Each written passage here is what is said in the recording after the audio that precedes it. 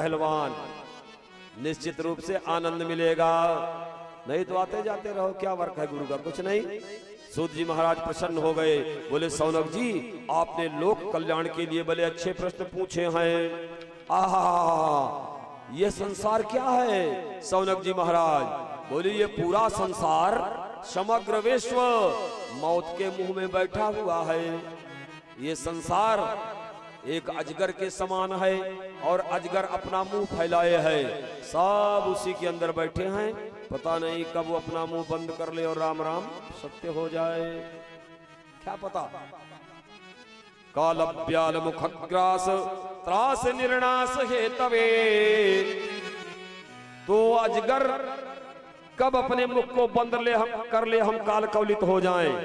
अगर इस भय से तुम्हें मुक्त होना है, इस डर से छुट्टी लेनी है कि अजगर मेरा कुछ नहीं बिगाड़ सकता, तो तुम्हें भागवत जी की चरण शरण एक बार स्वीकार करनी होगी। और मेरा दावा है कि एक बार यहाँ आओगे तो बार बार आओगे प्यारे, एक बार मेरे कहने से आ जाओ। बस एक बार आजा गिरिराज की शरण में, बस एक बार आजा गिरिराज की शरण में, बस एक बार आजा गिरिराज की शरण में, बस एक बार आजा गिरिराज की शरण में, गिरिराज की शरण में, ब्रजराज की शरण में, गिरिराज की शरण में, ब्रजराज की शरण में, गिरिराज की शरण में, ब्रजराज की शरण में, गिरिराज की शरण में, ब्रजराज की शरण में, बस एक बार आजा गिरिराज की शरण में, बस एक बार आजा गिरिराज की शरण, एक बार आजा।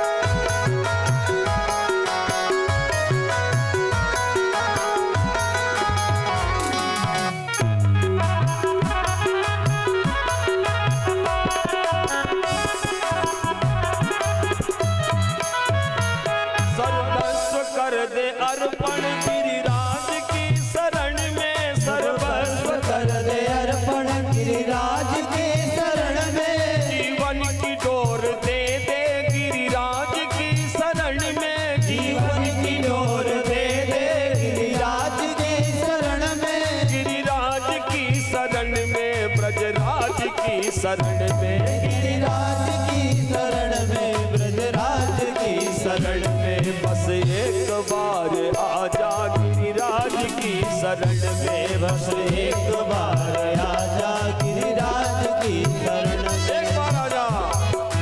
भागवत के पावन पांडाल में जीवन धन्य हो जाएगा, रुको नहीं, चलते रहो।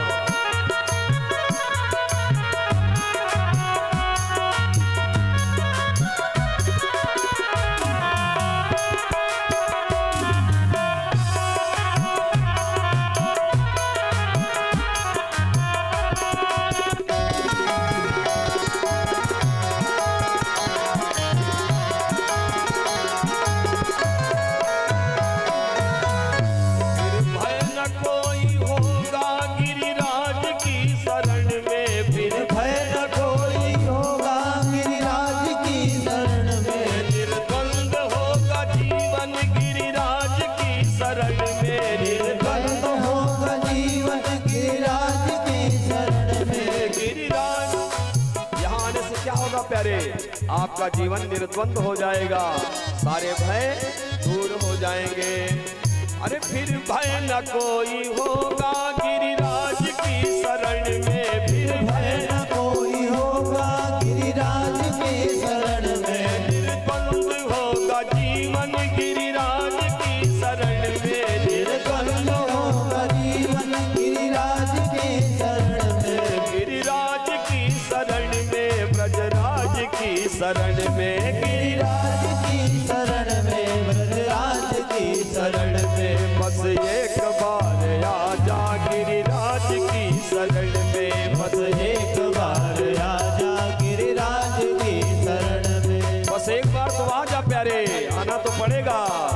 हंसते रहो, रुका मत करो।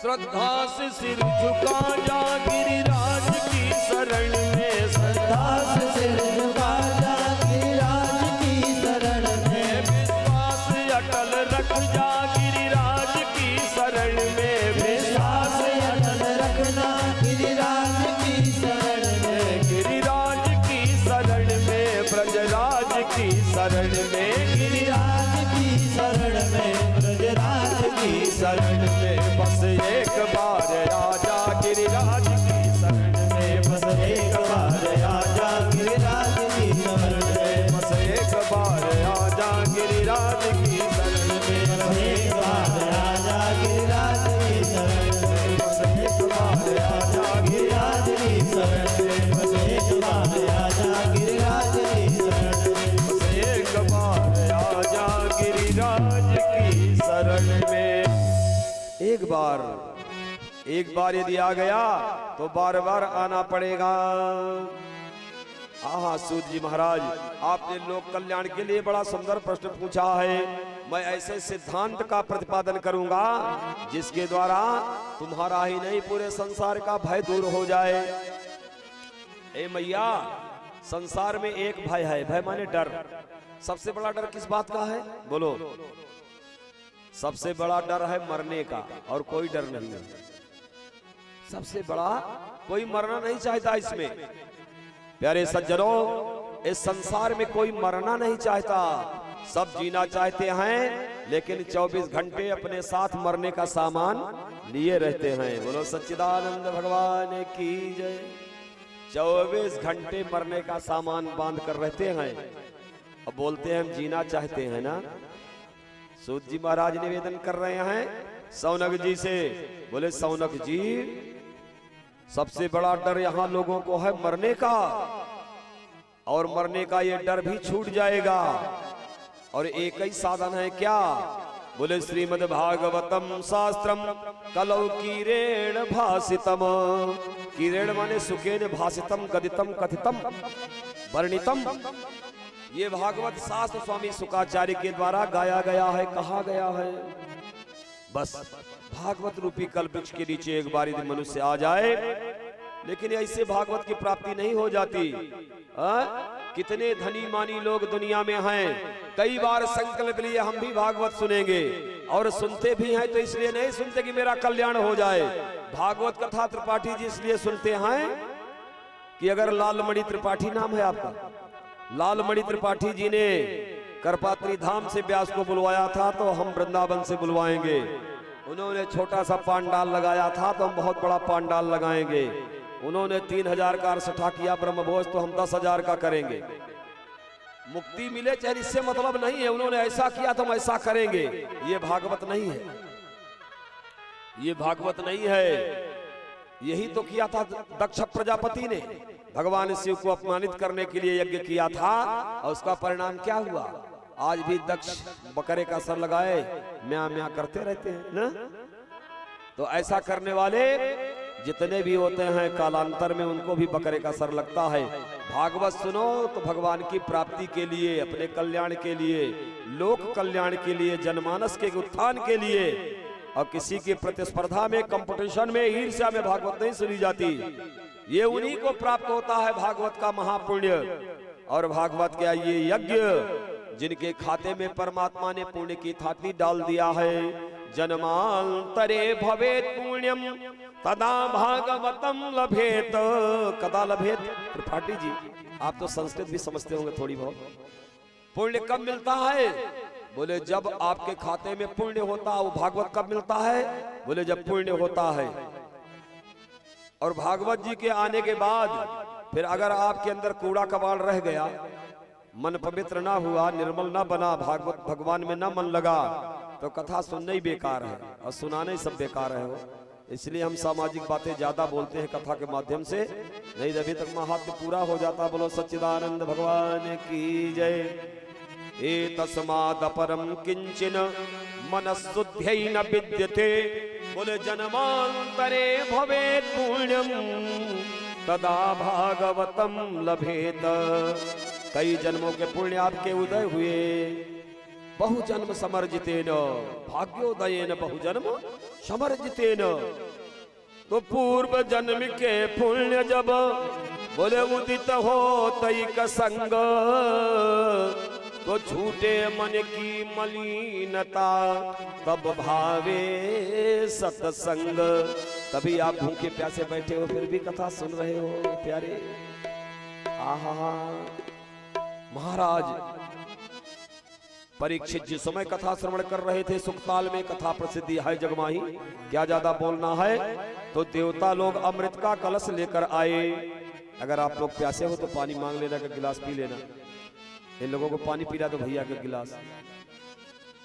देवता लोग अमृत का कलश लेकर आए महाराज जी, और परीक्षित को देने लगे। स्वामी शुकाचार्य से बोले गुरुदेव आप इनको कथा सुना रहे हैं ना? बोले हाँ। बोले अमृत राजा को पिला दो, ये अमर हो जाएंगे, नहीं मरेंगे। इनको साफ लगा है आज से 7वें दिन मरने का, तक्षक नाग 10 लेगा, ये अमर हो जाएंगे। और बदले में हमें कथा सुना दो। सुकम नत्वा बदन सर्वे स्वकार्य कुसदा सुराहा। अब देखो इस पंक्ति से स्पष्ट हो रहा है कि देवता सबसे बड़ा स्वार्थी है। नंबर 1 का स्वार्थी देवता, नंबर 2 का स्वार्थी मानव, और नंबर 3 का स्वार्थी ऋषि मुनि। ये सब स्वार्थी हैं। त्रिपाठी जी ये पूरा संसार ही स्वार्थ का पर्याय है, यहाँ स्वार्थ के अतिरिक्त और कुछ है ही नहीं। स्वार्थ लाई करई सब प्रीति, बोले सुर नर मुनि सब की यह रीति। देवता नंबर 1 का स्वार्थी अमृत लेकर आ गया, बोले महाराज को पिला दो। स्वामी शुकाचार्य ने कहा बैठ जाओ भाई बैठ जाओ। बोले नहीं महाराज पहले हमारी बात तो आप सुन ले। बोले बैठ जाओ, क्यों चिल्ला रहे हो, बैठ जाओ, कथा सुनो प्रेम से अगर सुनने आए हो। बोले हमारा निर्णय तो सुन लीजिए। स्वामी शुकाचार्य ने कहा सुना दो भैया, कथा में ब्रेक हो गया, कथा लग गई, ब्रेक हो गई। बोले बोल दो क्या बोलना है, दे दो भैया इनको कार्डलेस से। बोले क्या बोलना है? तो इंद्र जी बोले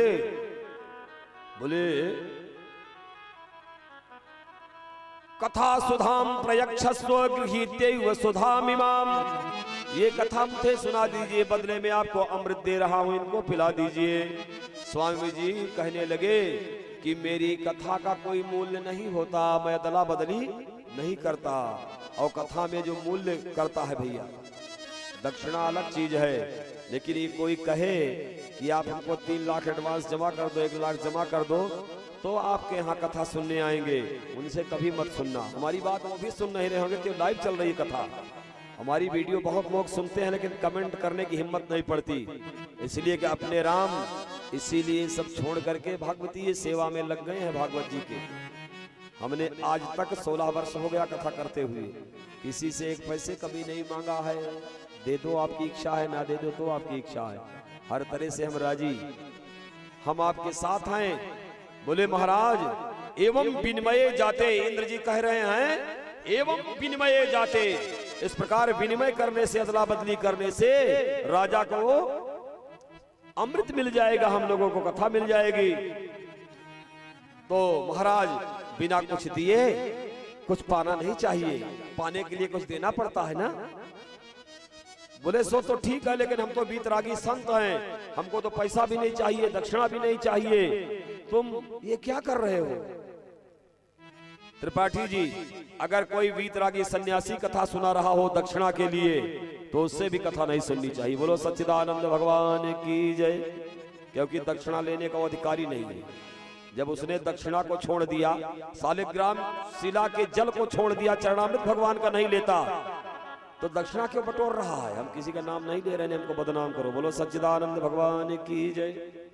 किसी का नाम मैं नहीं ले रहा हूं, बात बता रहा हूं कि स्वामी शुकाचार्य भी वीतरागी थे। ब्रह्मलीन संत थे। इन्होंने कहा देवताओं तुम ठीक कहते हो, अदला बदली होती होगी मृत्यु लोक में कहीं, लेकिन हमारी कथा में नहीं होती। अगर तुम ऐसे कथा सुनना चाहते हो फ्री फंड में तो बैठकर सुन लो, और इसके बदले अगर अमृत देकर कथा सुनना चाहते हो तो गेट आउट, भागो यहाँ से। को सुधा क्वा कथा लोके को मणिर महान, बोले ब्रह्मरा तो विचार्य तदा देवान जहा सहा। भाग यहां से स्वार्थी देवता। अब देवता लोग तो भैया लज्जित हो गए, मुंह बनाने लगे। इंद्र जी बोले महाराज इस तरह नहीं भगाया जाता, आप हमारा अपमान कर रहे हैं, हम भी स्वर्गाधिपति हैं, हम भी स्वर्ग के स्वामी हैं, ऐसे वैसे थोड़ो है महाराज, ये अमृत बहुत दुर्लभ है। इसी अमृत को प्राप्त करने के लिए घोर देवासुर संग्राम हुआ था, और आप अमृत को साधारण मान रहे हैं। क्यों महाराज परीक्षित, अब आप इनसे बात कर लो। महाराज परीक्षित इंद्र से बोले हे देवेंद्र, हम भी कोई साधारण नहीं है, और न सुनाने वाले हमारे गुरु जी कोई साधारण है। अगर मैं विष्णु रात हूं तो ये ब्रह्म रात हैं। बोलो राधे राधे। हाँ, विष्णुना रातः दत्ता, रादाने धातु है, भगवान विष्णु ने मुझे प्रदान किया है। मैं तो नष्ट हो गया था अश्वत्थामा के उस मिसाइल के द्वारा, ब्रह्मास्त्र के द्वारा, और प्रभु ने मुझे अनुप्राणित किया था, इसलिए मैं भी साधारण नहीं हूं। और हमारे परम गुरुदेव तो ब्रह्मरात हैं, ये भी ब्रह्मरात हैं, उच्च कोटि के संत हैं। तो यहाँ अदला बदली तो हो नहीं सकती। रही बात अमृत की, तो जिस अमृत को तुम ये बता रहे हो कि बहुत ऊंची चीज है, ये अमृत कुछ भी नहीं है, किसी को अमर नहीं बनाता। मिश्र जी, एक नया चिंतन अमृत के बारे में। इधर वाला मॉनिटर कभी तेज होता है और कभी डाउन हो जाता है, इसका कोई तार लूज है, देख लेना कल। इधर वाला मॉनिटर। बोलो सच्चिदानंद भगवान की जय। हाँ, अमृत किसी को अमर बनाता है क्या? बोले नहीं तो बनाता क्यों नहीं? देवता लोग अमृत पिए हैं, सब अमर हैं। बोले नहीं। किसको अमर बनाया? इंद्र का भी समय जब पूरा हो जाता है, उसकी आयु पूर्ण हो जाती है, तो उसका भी अपने लोक से पतन हो जाता है, इंद्र भी मर जाता है, ब्रह्मा भी मर जाते हैं आयु पूरा होने पर। और जिस अमृत को रावण ने अपने नाभि में रखा था वो भी मर गया। मरा कि नहीं? नाभि कुंड पीयूष बसया के, नाथ जियत रावण बलता के। और राघवेंद्र सरकार ने जब 31 बाण छोड़ा, नाभि का अमृत सूख गया, तो रावण भी मर गया। अमृत तो उसके पास भी था, क्यों मर गया? बोलो। परीक्षित ने कहा मैं नहीं मानता कि अमृत पीने से कोई मर जाता हो, कोई अमर हो जाता हो। ले जाओ इस अमृत को, हमें नहीं चाहिए। अरे स्वामी शुकाचार्य बोले राजन तुम कुछ विचार तो करो, आपने इस अमृत को ठुकरा दिया। बोले हाँ महाराज, ये किसी मतलब का अमृत नहीं है। अमृत में बस एक गुण है, क्या? बोले इसमें बुढ़ापा नहीं आता। अमृत अगर पी लोगे तो आप हमेशा 16 वर्ष के रहोगे, मोछा दाढ़ी नहीं आएगी। बोलो राधे राधे। बाल रहेंगे, मोछा दाढ़ी चिकन चक कुछ नहीं। 16 साल के हमेशा रहोगे और पूरी आयु जियोगे। अगर 100 साल की आयु हो तो बीच में नहीं मरोगे। बस अमृत का इतना ही फायदा। अगर कोई कह दे कि अमृत पीने वाला अमर हो जाता है, कहीं कभी नहीं मरता, तो एकदम झूठी बात है। बोलो सच्चिदानंद भगवान की जय। अमृत तो परमात्मा है। अरे अमृत है हरि नाम जगत में, केवल परमात्मा का नाम ही अमृत है। इसे छोड़ फिर जीना क्या है? अमृत है हरि नाम जगत में, इसे छोड़ फिर पीना क्या। अरे जब नाम लिया उस दिलवर का, जब नाम लिया उस दिलवर का, उसके बिना फिर जीना क्या। भी गाने का मूड नहीं है, कथा बोल दो थोड़ा। अमृत तो परमात्मा का नाम है प्यारे। को स्वधा को कथालो के काचा को मणिर महान। भगवान की ये कथा ये जीवन के व्यथा को दूर करने वाली है और ये दिव्यता को प्राप्त करती है। अमृत से केवल जवानी बनी रहेगी और कथा से दिव्यता को आप प्राप्त हो जाएंगे, आवागमन के चक्कर से मुक्त हो जाएंगे। सब बेकार। देवता लोग मुंह बना करके अमृत का कलश लेकर के ब्रह्मलोक पहुंच गए। ब्रह्मा जी से बोले, पिताजी पिताजी क्या हुआ, पुत्रों क्यों रो रहे हो? बोले, स्वामी शुक्राचार्य ने हमको डांट लगाकर भगा दिया और हमारी बेइज्जती उन्होंने कर दिया। बोले, क्या हुआ? बोले, महाराज परीक्षित को हम कथा सुना रहे हैं, हम लोगों ने कहा हम भी सुन लें, अमृत पिला दो इनको, थोड़ा सा अमर हो जाए। बोले, नहीं, हमारी कथा के सामने, कथामृत के सामने तुम्हारा ये अमृत तुच्छ है, कुछ नहीं, इसको ले जाओ, भागो यहाँ से। ब्रह्मा जी ने कहा, अच्छा ऐसी क्या बात भागवत में हो गई भाई, हम इसका परीक्षण करेंगे। ब्रह्मा जी ने अपने लोक में एक तराजू लगाया, तराजू के एक पलड़े पर भागवत जी को रख दिया और दूसरे पलड़े पर संसार के जितने साधन हैं, वेद, उपनिषद, स्मृतियां, अन्यान्य पुराण, अन्यान्य सारे सदग्रंथ रख दिए गए। तो जिधर भागवत जी हैं उधर का पलड़ा नीचे चला गया, जिसमें गंभीरता होती है वही तो नीचे जाता है। ब्रह्मा जी बोले, भाई है तो। ब्रह्मा जी को विश्वास हो गया, उन्होंने वायरलेस सिस्टम के माध्यम से चारों तरफ आकाशवाणी के माध्यम से दुंदुभिनाद करवा दिया। बोले, मेनि रे भगवत रूपम शास्त्रम भागवतं कलऊ पठना श्रवणात् सद्यो वैकुंठ फलदायकम। भागवत पढ़ो चाहे सुनो, तुम्हें वैकुंठ मिल जाएगा। वैकुंठ मरने के बाद मिले ना मिले ये बात मैं नहीं बता रहा हूं त्रिपाठी जी, मैं ये कभी नहीं बताता कि मरने के बाद तुम्हें मुक्ति मिलेगी, मैं ये भी नहीं बताता कि मरने के बाद तुम्हें वैकुंठ मिलेगा। जीते जी ना मिला तो मरने के बाद क्या गारंटी, मरने के बाद कुछ पता है किसी को क्या? जीते जी वैकुंठ मिल जाएगा। वैकुंठ का अर्थ होता है आनंद मिल जाएगा, मौज मस्ती आ जाएगी जीवन में, प्रेम आ जाएगा। प्यारे, भागवत में वो गुण है। ब्रह्मा जी ने दुंदु नाप कर दिया। बोले, देवताओं रुक जाओ, रुको मेरे लोक में 7 दिन तक। मैं देखता हूं महाराज परीक्षित को 7वें दिन तक नाग आएगा, डस लेगा, फिर उनका रिजल्ट क्या आता है। भागवत तो सुन रहे हैं भैया। 7 दिन जब बीता तो देवता लोग अपना अपना कैमरा लेकर के आंख में लगा करके उधर ही देख रहे हैं सुखताल की तरफ जहां कथा चल रही है। कहो बीत तो गया 7 दिन, अब तो जाने वाले हैं परीक्षित, अभी तक्षक आएगा, इनको डस लेगा और इनका शरीर जल जाएगा, ये फिर प्रेत बन जाएंगे, काल मौत मरेंगे। तो इतने में देवताओं ने देखा कि वहां एक विमान पहुंच गया और भगवान के पार्षद नंद और सुनंद आ गए विमान लेकर के। महाराज परीक्षित देखते ही देखते अपने शरीर को छोड़ दिए ध्यान धारणा योग और समाधि के द्वारा और उस विमान पर बैठ गए। चतुर्भुज रूप हुए पीतांबर धारण करके विमान जा रहा है दिव्य लोक की ओर। देवताओं ने आंख फाड़ करके देखना शुरू किया। बोले, भैया भागवत में इतना बड़ा पावर। ब्रह्मा जी ने कहा, ओहो ऐसी बात भागवत जी में।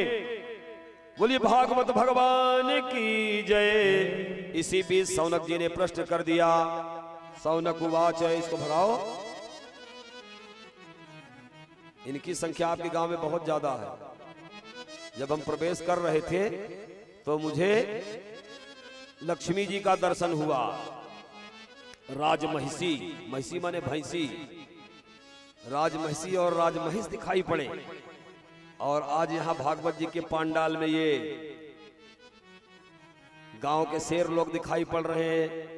बोलो सच्चिदानंद भगवान की जय। ग्राम सिंह यहाँ बहुत है, संस्कृत में इनको ग्राम सिंह कहा जाता है, भागवत में लिखा हुआ है, इसलिए इन ग्राम सिंहों को नियंत्रित करो। बोलो भागवत भगवान की जय। सौनक जी ने प्रश्न किया। बोले, सूत जी महाराज बताइए कि भागवत आप कह रहे हैं कि सप्ताह श्रवण की विधि से यदि भागवत सुना जाए तो बहुत ही पुण्य मिलता है। भागवत तो 18,000 श्लोकों वाली संहिता है, 7 दिन में इसे कैसे सुन सकते हैं? और किसने सुना 7 दिन में? बोले नारद जी ने सुना। अरे बोले नारद जी, नारद जी को दक्ष ने साफ दिया है कि तुम एक जगह एक घड़ी से ज्यादा नहीं रुक सकते हो, भगते रहोगे, चलते रहोगे। तो ये 7 दिन कैसे रुक गए भाई? और कैसे सांप की गति बाधित हो गई? हाँ, सांप की गति क्यों बाधित हो गई? तो सूत जी महाराज बोले, अब आप लोग ध्यान से सुनो थोड़ी देर, मैं कथा को स्पीडली आगे ले चलूंगा। वैसे आप लोग बहुत थके हैं, सब लोग थके हुए हैं, लेकिन भाई थके का मतलब ये तो नहीं कि हम कथा रोक दे, चलो आराम करो।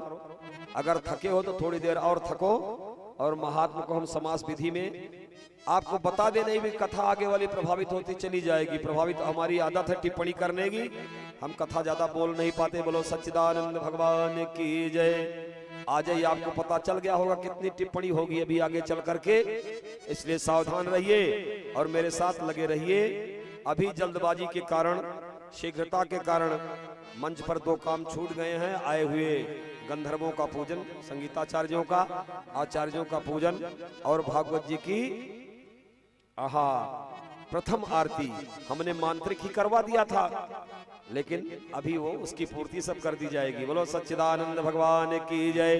कल से प्रारंभ में भी आरती और अंत में भी आरती होगी, और सबका प्रतिदिन पूजन होगा, जो नियम है मंच का। आज हनुमान जी की इच्छा हो गई जल्दी आप पहुंच जाओ, हम पहुंच गए। वैसे ये पहला दिन ऐसा हुआ है और कभी हुआ नहीं था, एक आध बार और हुआ होगा जल्दबाजी में। जय जय गोविंद गोविंद जय गोपाला, जय जय गोविंद गोविंद जय जय गोपाला, जय जय गोविंद गोविंद जय जय गोपाला, जय जय गोविंद गोविंद जय जय गोपाला। प्यारे मुरली मनोहर नंद लाला, प्यारे मुरली मनोहर नंद लाला, प्यारे मुरली मनोहर नंद लाला, प्यारे मुरली मनोहर नंद लाला।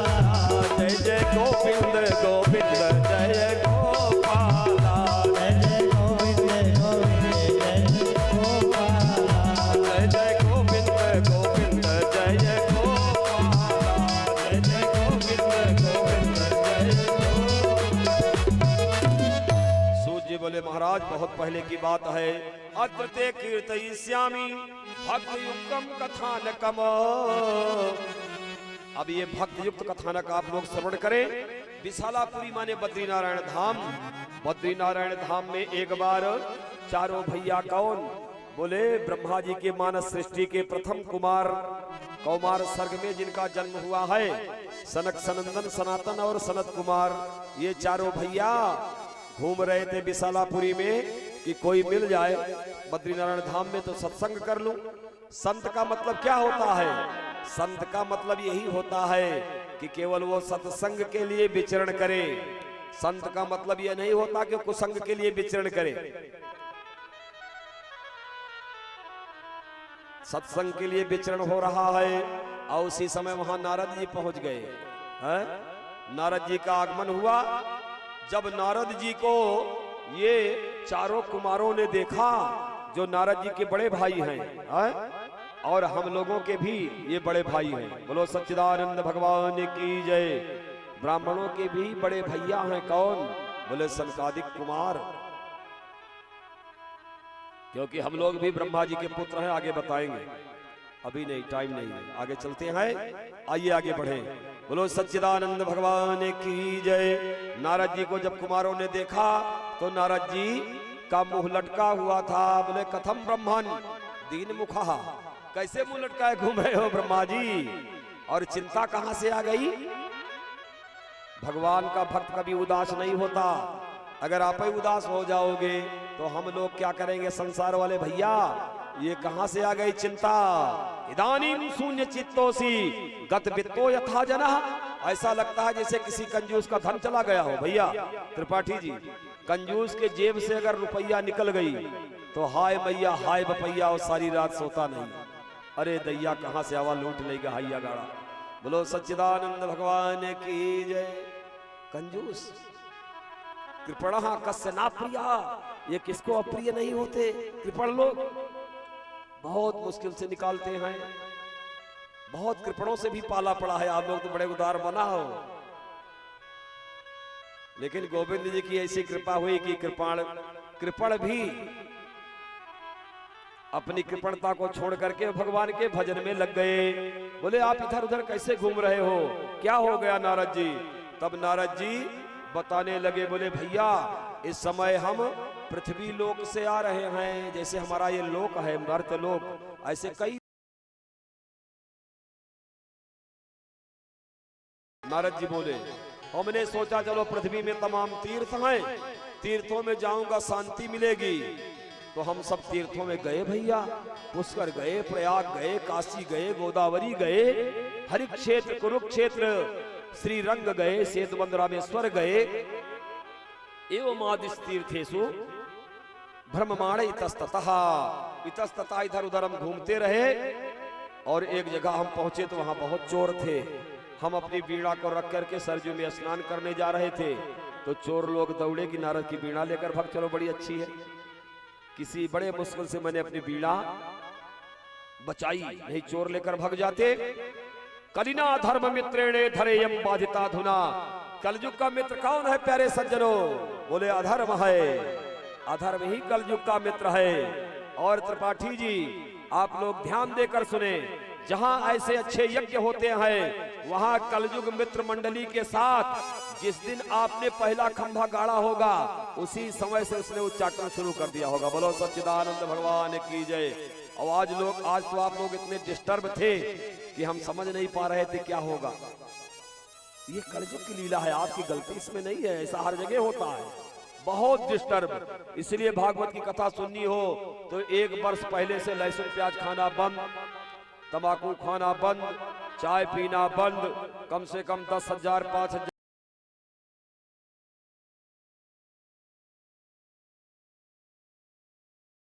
पहले से नियम करो, नहीं 1 महीने पहले से करो कि हमें भागवत सुननी है, तब तो चाहे इसकी बुद्धि न लगे। नहीं अभी ये 2 दिन बुद्धि लगाएगा, हम तो जानते हैं, इसलिए हम लोग भी उपवास करते हैं पहले दिन, और खा के आते तो हम भी सोते रहते कमरे में पढ़ करके ना। बोलो सच्चिदानंद भगवान की जय। इसलिए ये अधर्म का मित्र कलयुग धरेयम बाधिता धुना, अधुना धरेयम बाधिता, पृथ्वी इसके द्वारा बाधित हो गई है। लोगों के चित्त को ये उच्चाटित कर देता है, लोग लड़ना शुरू कर देते हैं, झगड़ना शुरू कर देते हैं। हम लोग तो यहाँ प्रेम का सौदा लेकर आए हैं, प्रेम के सौदागर हैं। और हम भैया हम लोग एक जिसे आप लोग कहते हैं पोस्टमैन, चिट्ठी पहुंचाने वाला, देसी भाषा में बोल रहा हूं, ये मुनियों और ऋषियों की चिट्ठी है, संदेशा है।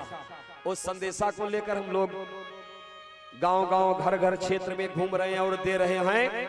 इसलिए कलयुग अपनी मित्र मंडली के साथ आता है और कहीं भी लज्जा दिखाई नहीं पड़ रही है, किसी को संतोष नहीं हो रहा है। कलिना धर्म मित्रेण धरेयम बाधिता धुना, इतना भी संतोष नहीं कि यहाँ माता का मंदिर है, यहाँ कोई देवस्थान है, लोग वहां भी कब्जा करना चाहते हैं। देवस्थान समाप्त कर रहे हैं लोग, पाखंड है चारों तरफ, कन्याओं की बिक्री हो रही है, खुलेआम बाजार में बेची जा रही है। जितने आश्रम हैं सब यवनों के द्वारा अवरुद्ध हो गए हैं, यवनों का आक्रमण हो गया है। यवन समझ रहे हैं ना, मंगोले, लुटेरे सब आश्रमों को बर्बाद कर दिए हैं। कल दावानले नाद्य साधनं भस्मतांगता, कलयुग के इस दावानल ने सारे साधन को समाप्त कर दिया। ना किसी का योग लगता है, ना किसी की समाधि लगती है। कलयुग के लोग केवल खाने में मस्त हैं और खाना को पचाने के लिए दवा खाने में मस्त हैं। खाना खाओ दवा खाओ पचाओ, खाना खाओ दवा खाओ पचाओ, ऐसे ही जी रहे हैं। न जाने क्या होगा।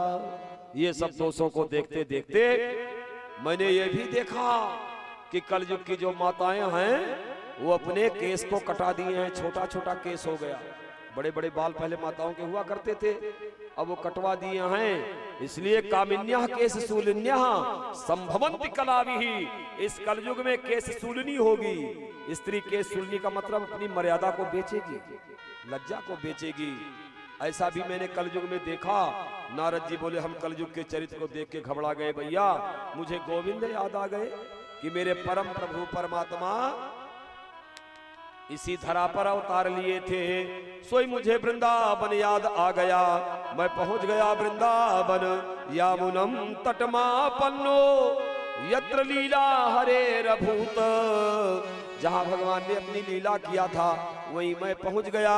लेकिन जब वहां गया उस लीला क्षेत्र में तो और बड़ी लीला दिखी। बोले वहां क्या दिखी? एका तू तरणी तत्र निसरना खिन्न मानसा। वहां एक युवती खड़ी थी, खिन्न मानसा माने सोचती हुई, मुंह लटकाए अब मैं क्या करूं। मैं वहां पहुंच गया। कभी कभी बहुत तेज तेज वो रोती थी, सुसुसंती प्रबोधनती, कभी कभी चिल्लाती थी, जगो मेरे लाल, उठ जाओ, उठ जाओ मेरे बच्चों। नारद जी ने कहा हम वहां गए भैया, और जब हमने देखा कि तो तरुणी है और इसके पास दो बुढ़े पड़े हुए हैं, तो हम सोचने लगे भैया ये कौन सी लीला भगवान की हो सकती है, यहां से मुझे चलना चाहिए। आहा, नारद जी चल दिए वहां से। बोले हम संतन से का परी, ये तो दुनियादारी है। इतने में उस तरुणी ने आवाज लगाई, बोले भो भो साधो क्षणम तिष्ठ मच्चिंतामपि नाशय। हे नारद जी महाराज, एक क्षण के लिए रुक जाओ और मेरी चिंता को दूर कर दो। फिर नारद जी पहुंच गए। बोले काशिप तुम देवी, तुम कौन हो देवी? का इमऊ इमऊ कऊ, ये दोनों बुढ़े कौन हैं? और नार्या काह पद्मलोचना, ये पद्मलोचना नारियां कौन है जो तेरी सेवा में लगी हुई हैं? बद देवी सविस्तारम स्वस्थ दुख से कारणम। हे देवी अपने दुख का कारण बताओ विस्तार से। तो भक्ति मैया ने कहा कि मैं भक्ति हूँ, अहम भक्त रीति ख्याता, इमऊ में तनयऊ मतऊ, ये दोनों ज्ञान वैराग्य नाम के मेरे बेटे हैं।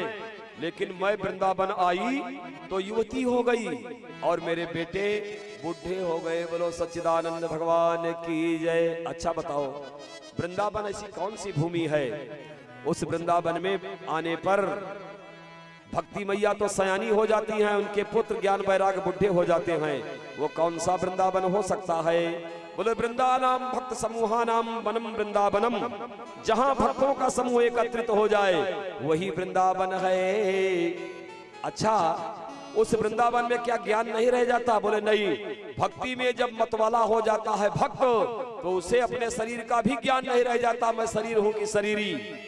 वैराग की बात तो बड़ी दूर है, लेकिन बिना ज्ञान और वैराग के भक्ति टिकाऊ नहीं होती। बोलो सच्चिदानंद भगवान की जय।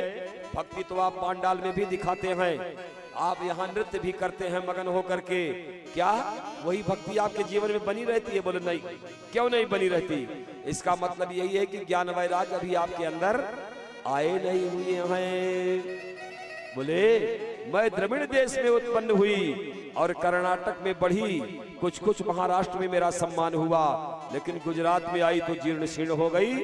परंतु मैं जब वृंदावन पहुंची, आहा वृंदावनम पुनः प्राप्य नवीनेव स्वरूपिणी।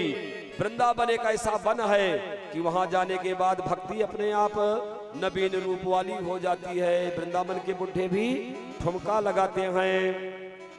मैं तो आई वृंदावन धाम किशोरी तेरे चरणों में। इस गीत पर जो नृत्य करेंगे वो समझो वृंदावन में पहुंच करके कन्हैया के आंगन में नाच रहे हैं, नृत्य कर सकते हो।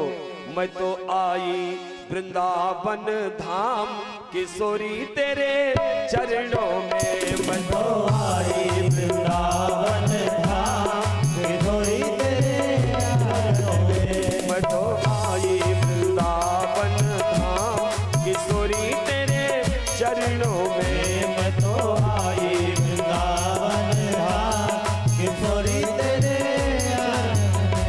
किशोरी तेरे चरणों में, ये श्यामा तेरे चरणों में। किशोरी तेरे चरणों में, श्यामा तेरे चरणों में। मैं तो आई वृंदावन धाम किशोरी तेरे चरणों में।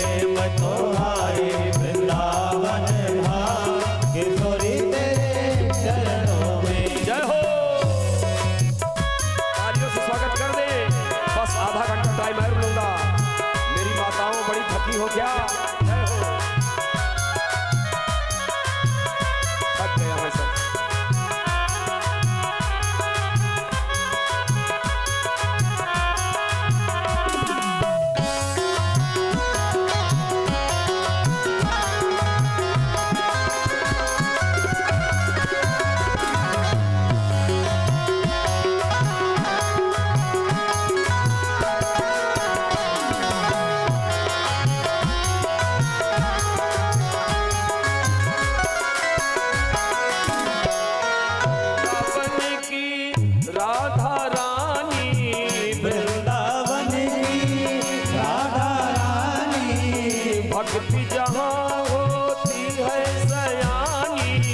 भक्ति जहाँ होती है सयानी, तेरे द्वार पड़े किशोरी, तेरे द्वार पड़े चारों धाम किशोरी, तेरे चरणों में तेरे द्वार पड़े चारों धाम किशोरी, तेरे चरणों में मैं तो आई वृंदावन धाम किशोरी, तेरे चरणों में मैं तो आई वृंदावन धाम किशोरी, तेरे चरणों में। जय हो।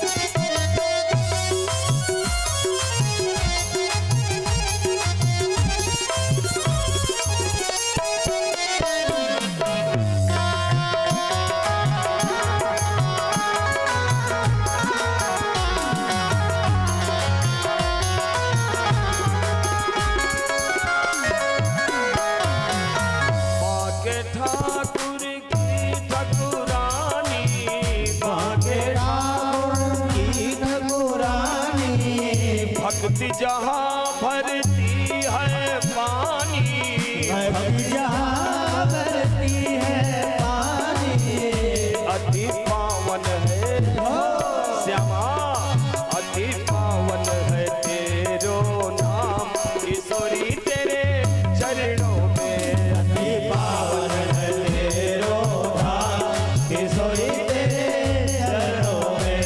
मैं तो आई वृंदावन धाम किशोरी, तेरे चरणों में मैं तो आई वृंदावन धाम किशोरी, तेरे चरणों में। किशोरी तेरे चरणों में, किशोरी तेरे चरणों में, श्यामा तेरे चरणों में, श्यामा तेरे चरणों में। मैं तो आई वृंदावन धाम किशोरी, तेरे चरणों में मैं तो आई वृंदावन धाम किशोरी, तेरे चरणों में। मैं तो आई वृंदावन धाम किशोरी, तेरे चरणों में मैं तो आई वृंदावन धाम किशोरी, तेरे चरणों में। बोलो राधा रानी सरकार की जय। भक्ति मैया ने अपना परिचय दिया। नारद जी ने कहा मैया तू ना घबराए, मैं इन ज्ञान और वैराग्य को अनुप्राणित कर दूंगा। नारद जी गए, ज्ञान और वैराग्य के कान में मुंह लगा करके वेद वेदांत का पाठ किया और गीता पाठ ही मुहु मुहु मुहुर मुहु, गीता का बार बार पाठ किया। थोड़ा सा इधर उधर हुए ज्यों के त्यों। नारद जी को बड़ी चिंता हो गई। इतने में आकाशवाणी होती है, ऋषिवर आप चिंता ना करें, इनके लिए सत्कार्य करें, ये अनुप्राणित हो जाएंगे, ज्ञान वैराग्य उठ जाएंगे। नारद जी बोले इससे बड़ा साधन और कोई नहीं हो सकता। ये सत्कर्म क्या है? बोले संत लोग बताएंगे। सत्कर्म को खोजते खोजते मेरे भैया रास्ते में बहुत संत मिले, कुछ बता नहीं पाए, हम आपके पास आ गए विशालापुरी। अब बताओ हम क्या करें, कैसे उद्धार होगा ज्ञान और वैराग्य का? कुमारों ने कहा वारे मेरे छोटे भैया तुम इस तरह हो गए, अरे ये साधन तो बहुत सुलभ है और तुम जानते भी हो। बोले सत्कर्म सूचको नूनम ज्ञान यज्ञ कथितो बुधैहि। सत्कर्म सूचक केवल ज्ञान यज्ञ श्रीमद् भागवत है, इनको भागवत की कथा सुनाओ, ये सब मुक्त हो जाएंगे। इस प्रकार से नारद जी ने कहा अब आप लोगों से अच्छा वक्ता और कौन मिल सकता है, कहाँ ये कथा होगी? तो गंगा द्वार सुनिश्चित हो गया। गंगा द्वार माने हरिद्वार। हरिद्वार में सबसे पहले कथा हुई भागवत की भैया। तो सब हरिद्वार पहुंच जाते हैं। नारद जी ने संकल्प लिया ज्ञान वैराग्य उद्धारणार्थम कथाम करिष्ये।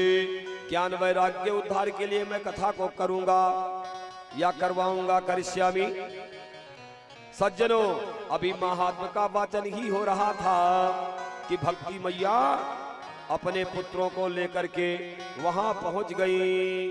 भक्ति सुतौ तौ तरुणौ गृहीत्वा, भक्ति सुतौ तौ तरुणौ गृहीत्वा, प्रेमैक रूपा सहसा विराजित, प्रेमैक रूपा सहसा विराजे, श्री कृष्ण गोविंद हरे मुरारे, श्री कृष्ण गोविंद हरे मुरारे, नाथे दीनामानि मोर वदन्ति, नाथे दीनामानि मोर वदन्ति। भक्ति मैया अपने दोनों पुत्रों को लेकर आ गई।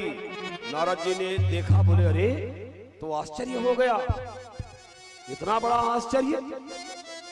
भक्ति मैया से लोगों ने प्रश्न किया कि आप किधर से आई, पांडाल तो चारों तरफ से बंद है, कैसे आपका प्राकट्य हो गया। भक्ति मैया ने कहा कि मेरा प्राकट्य,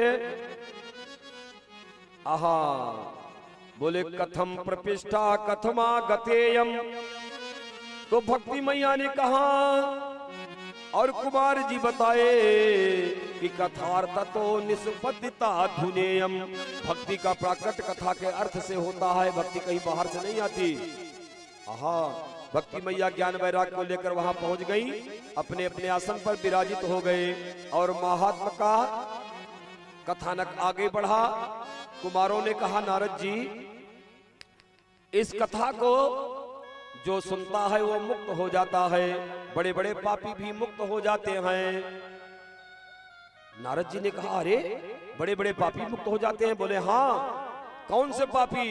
बोले ये मानवाः पाप कृतस्तु सर्वदा सदा दुराचार रता विमार्गगाः, जिन्होंने अपने जीवन में केवल पाप ही पाप किया है। त्रिपाठी जी, क्रोधाग्नि दग्धाः, क्रोध की अग्नि में जल रहे हैं।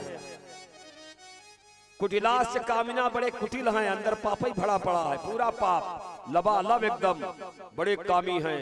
ऐसे कुटिल कामी क्रोधी अगर एक बार भी सप्ताह यज्ञ अपने जीवन में कर लिए विधिवत, सप्ताह यज्ञेन कलौ पुनन्ति ते, तो इस कलयुग में वो पवित्र हो जाते हैं। नारद जी बोले मैं नहीं मानता भाई। अरे कोई सज्जन पुरुष मुक्त हो जाए, भक्त मुक्त हो जाए कथा सुन करके, पापी कैसे तर जाएंगे? इतने बड़े बड़े पापी बस भागवत सुन लिए तर गए। तो बिना दृष्टांत के सिद्धांत पुष्ट होता नहीं। एक दृष्टांत सुना रहे हैं जिसे कहा जाता है नजीर। जब न्यायालय में न्यायाधीश किसी को सजा सुनाता है तो ऐसे नहीं सुना देता, तमाम तर्क देता है कि वहां ऐसा हुआ था इसलिए ऐसा हुआ तो हम ये सजा दे रहे हैं, ऐसे नहीं सुना देता। नजीर प्रस्तुत करता है दृष्टांत। बोले अत्र ते कीर्तयिष्यामि इतिहासम पुरातनम, एक बहुत पुराना इतिहास बता रहा हूं, उसको सुनने से ही पाप नष्ट हो जाता है। यस्य श्रवण मात्रेण पाप हानि प्रजायते। वो इतिहास क्या है मिश्रा जी? हम तो उसको आध्यात्मिक ढंग से सुनाते हैं, है ना? गोकर्ण और धुंधकारी की कथा 2 मिनट में सुन लीजिए, फालतू प्रलाप से कोई मतलब नहीं है। तुंगभद्रा एक नदी है त्रिपाठी जी, आप लोग भी ध्यान से सुनेंगे। देखो धुंधकारी की कथा कई बार सुने हो, लेकिन इस मंच से सुनो, कम समय में और सुपीरियर। एक तुंगभद्रा नदी है, तुंगभद्रा तटे पूर्व मभूत पत्तन मुत्तमम।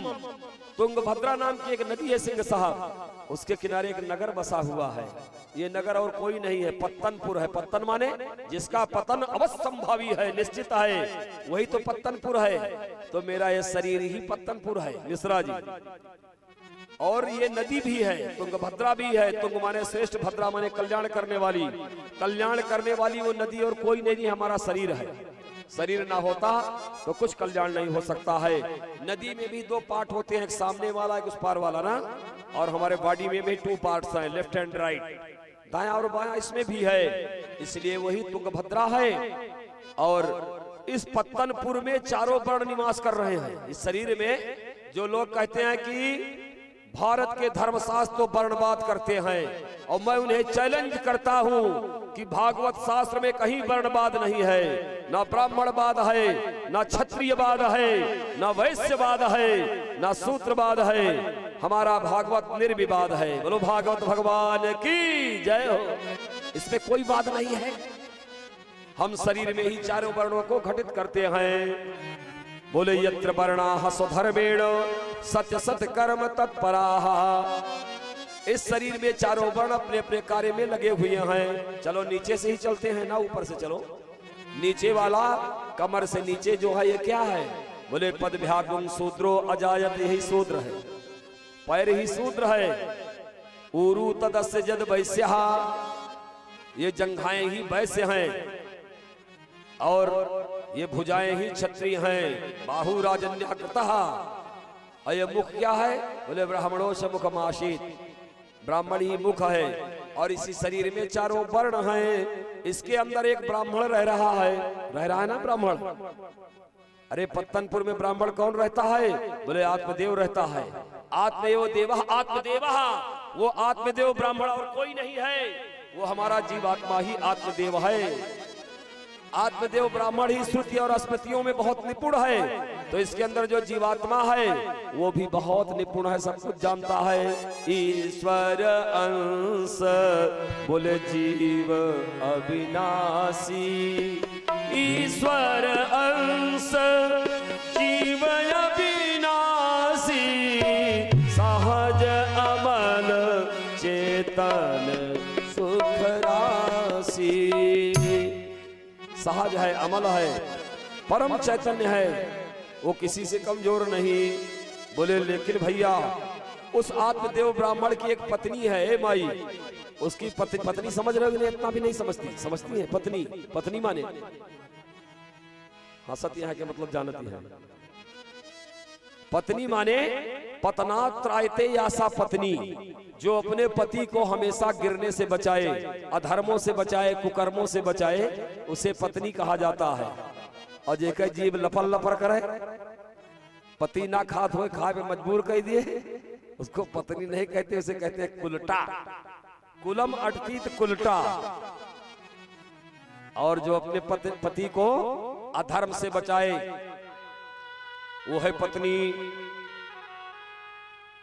तो उस जीवात्मा ने आत्मदेव ब्राह्मण की जो पत्नी है उसका नाम है धुंधुली। आहा, क्यों? क्योंकि उसने अपनी शादी कर लिया है बुद्धि के साथ। बोलो सच्चिदानंद भगवान की जय। मिश्रा जी, ये चिंतन है, आध्यात्मिक चिंतन कथा का। जब हम अपने बुद्धि के साथ मिल जाते हैं, अपनी चलाते हैं, तो क्या होता है? उससे धुंधकारी का जन्म होता है। आप समझ लीजिए, बहुत शॉर्ट में कथा सुन रहा हूं। जब हम बुद्धि के साथ समझौता कर देते हैं, विवेक को किनारे रख देते हैं, हमारी बुद्धि ने मान लिया कि कुछ हो नहीं यार, होंगे पंडित जी जहां से आए होंगे, बहुत पंडित देखे हैं, तो बस मान लिया कुछ नहीं। बुद्धि ने और विवेक आ गया, नहीं नहीं गुरु जी आए हैं भाई, ये तो भगवत स्वरूप हैं। इस पीठ पर बैठने वाला आचार्यों माम बीजानीयात। भगवान से किसी ने पूछ लिया कि आप कौन हो, आप अपना परिचय दीजिए, तो भगवान ने कहा कि आचार्यों माम बीजानीयात, जो आचार्य है, कथा व्यास है, मंडप का आचार्य है, जो ब्राह्मण है, पूज्य है, माम बीजानीयात, उसे मुझे ही जानो, उसे मुझे ही जानो, मैं ही आचार्य बनकर आता हूं। यह है विवेक। और बुद्धि ने मान लिया बहुत ऐसे आते जाते हैं यार, बहुरूपिये, इनका ही काम है, तो वही बुद्धि है धुंधुली। आत्मदेव ब्राह्मण ने धुंधुली का साथ पकड़ लिया प्यारे, बस यही गलती हो गई। जब धुंधुली का साथ पकड़ोगे तो तुम्हारे यहाँ कौन आएगा? बोले धुंधकारी आएंगे। फिर तुमको ऐसे ऐसे मित्र मिलेंगे जो तुम्हारा संयम बिगाड़ दे, नियम बिगाड़ दे। अब आप कहोगे कि अरे भाई हमारी मित्र की बात है, एक ही दिन तो थोड़ा सा पिए, रोज थोड़ा हम पीते हैं, पार्टी में एक दिन पी लिए। हमारे मित्र ने कहा, वो मित्र है जो तुम्हारे संयम को नष्ट कर दे, तुम्हारे धर्म को खा जाए, वो मित्र है कि विधर्मी है? बोलो, तुम उनको मित्र मानते हो? छी छी छी छी छी। बोलो सच्चिदानंद भगवान की जय। बोलो सच्चिदानंद। ऐसा नहीं कि पकड़ में नहीं आएगा, पकड़ लूंगा सब प्यारे। ये रुकता है, इसको सही करो। देखो एक से बोल रहा हूं। बोलो सच्चिदानंद भगवान की जय। इसको पकड़ो, कहां से कमी है। इस प्रकार से प्यारे सज्जनों, धुंधुली आ गई जीवन में और उससे धुंधकारी का जन्म हुआ। तमाम मैं व्याख्या में नहीं जाना चाहता। नहीं होते थे बच्चे, संत ने दिया फल, फल खिलाया गया गैया को। जिस गैया मैया को फल खिलाया गया, क्योंकि सत्संग से वो फल मिला, तो उस फल का परिणाम क्या हुआ? गोकर्ण जी आ गया। गोकर्णो महाज्ञानी धुंधकारी महाखला। अगर अपनी बुद्धि चलाओगे, अपनी चलाओगे, मनमानी करोगे तो तुम्हारे यहाँ भी धुंधकारी आएंगे। और सत्संग करके जब संतानोत्पत्ति करोगे, वैदिक विधान के अनुसार करोगे, कब क्या खाना चाहिए, कैसे क्या करना चाहिए, सब बताएंगे हम, तो आपके यहाँ गोकर्ण आएंगे। बस धुंधकारी गोकर्ण में यही बात है और कोई बात नहीं है ना। जिसने अपनी चलाई वहां धुंधकारी आ गया, जो सत्संग में आया, संतों के द्वारा जिसका कल्याण हुआ, वहां गोकर्ण आ गया। और कालांतर में सज्जनों धुंधकारी महादुष्ट है, दैत्य जैसा है, माता पिता को बहुत परेशान करता है। उसके पिता आत्मदेव ब्राह्मण ऊब करके घर को छोड़ दिए। गोकर्ण जी ने कहा, पिताजी अगर जा रहे हो तो कुछ थोड़ा सा निवेदन सुन लो। गोकर्ण जी बड़े ज्ञानी थे, उन्होंने मात्र 2 श्लोकों में बड़ी सुंदर शिक्षा दिया। ये शिक्षा आप लोग श्रवण कर लें। हम जान रहे हैं आप लोगों को बहुत विलंब हो रहा है, लेकिन बहुत देर हुआ भी नहीं बोलते हुए। क्या करूं बोलो, जब 5:30 बजे मन शुरू हुआ, मैं करूं तो क्या करूं। मैं समझ रहा हूं इस बात को, परंतु थोड़ी देर थोड़ा और गंभीरता बनाइए, फिर हम पहुंच जाते हैं अपने बिंदु तक। गोकर्ण जी ने अपने पिता को 2 श्लोकों में बड़ा सुंदर ज्ञान दिया। हमें भी मानना चाहिए। अगर पुत्र ज्ञानी है त्रिपाठी जी, तो उस पुत्र का सम्मान करो, व्यासपीठ पर बिठा करके उसका पूजन करो, उससे ज्ञान ले लो। ज्ञान किसी के बाप की बपौती नहीं है। बोलो सच्चिदानंद भगवान की कि गुरु जी के लड़का आई है तब ज्ञान दी है, और हमारा लड़का चाहे जितना ज्ञानी हो हम नहीं मानेंगे, तो महामूर्खता है। कपिल प्रसंग में आप सुनिएगा, ज्ञानी अगर पुत्र है तो उससे भी ज्ञान ले लो। ज्ञान की कोई जात नहीं होती, ज्ञान की कोई अवस्था भी नहीं होती, ज्ञान का कोई संबंध भी नहीं होता। सूद जी किस जाति के हैं बोलो जो ज्ञान देते हैं? ज्ञानी कोई भी हो सकता है। जो ज्ञान देगा पीठ पर बैठ करके, जिसके अंदर योग्यता क्षमता होगी, वही तो आचार्य होगा। आचार्यो माम बिजानीयात। बोले पिताजी, देहे स्थिमांस रुधिरे भीमतिं त्यजत्वम। बोले जाया सुता दिसु सदा ममताम विमुंच। पश्यानि सम जगदिदम क्षण भंग निष्ठम। वैराग्य राग रसिको भव भक्ति निष्ठा। हे पिताजी, ये जो शरीर को चूसने में लगे हो, आजकल क्या होता है मिश्रा जी? बोले का गारे रहा जब तक निकले रसना, यही लोग तो करते हैं। अभी कहाँ बूढ़े हुए हैं, अभी बूढ़े नहीं हुए हैं, अभी तो वाला कैप्सूल बाकी है। जो प्रचार देखते हैं उसमें फेसबुक में ना, उसको खाएंगे, वो भी फ्लॉप हो गया, वो और ढूंढने लगे। चली जा रही है उम्र धीरे धीरे, सुबह शाम और दोपहर धीरे धीरे। बचपन भी बीता, जवानी भी बीती, बुढ़ापे का होता असर धीरे धीरे। चली जा रही है, चली जा रही है प्यारे। बोले पिताजी, देहे स्थिमांस रुधिरे भीमतिं त्यजत्वम। बोले जाया सुता दिसु सदा ममताम विमुंच। पिताजी, आपको देह में जो ममता हो गई है, हाड़ मांस से बना हुआ शरीर। अच्छा ये बताओ पिताजी, शाम को आप रोटी बनाते हो, अगर रख दो तो सुबह सड़ जाती है, और उस रोटी से बना हुआ ये शरीर, ये कब तक चलेगा? ये भी तो सड़ जाएगा। इससे तुमको प्रेम क्यों हो गया, ये बोलो बताओ। इसमें तुम्हारी अभिमति क्यों हो गई है, ममता क्यों हो गई है? बोले पुत्र क्या बताएं, नहीं छोड़ा जाता। बोले पिताजी, पश्यानि सम जगदिदम क्षणभंग निष्ठम। इस संसार को क्षणभंगुर समझो। क्षणभंगुर जीवन की कलिका, कल प्रात को जाने खिले न खिले। मलयाचल की सुच शीतल मंद समीर, चले न चले भजले सिया राम अरी रसना। कल प्रात को जाने हिले न हिले। इसलिए गोविंद नाम पावन, भजन करो मनवा। गोविंद नाम पावन,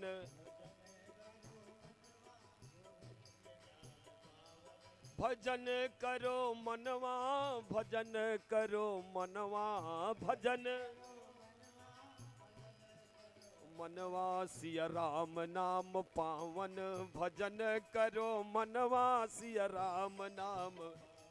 भजन करो मनवा, गोविंद नाम पावन।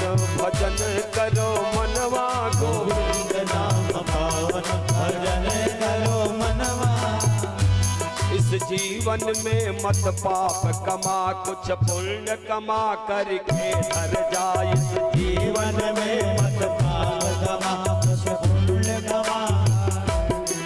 इस जीवन में मत पाप कमा, कुछ पुण्य कमा करके धर जा। इस जीवन में मत पाप कमा, कुछ पुण्य कमा करके धर जा। इस जीवन में मत पाप कमा, कुछ पुण्य कमा करके धर जा। इस जीवन में पाप कमा, कुछ पुण्य कमा करके धर जा। गिरजापति के पद पंकज में, गिरजापति के पद पंकज में, गिरजापति के पद पंकज में गिर जा गिर जा गिर जा गिर जा गिर जा गिर जा गिर जा। गोविंद नाम पावन भजन करो मनवा।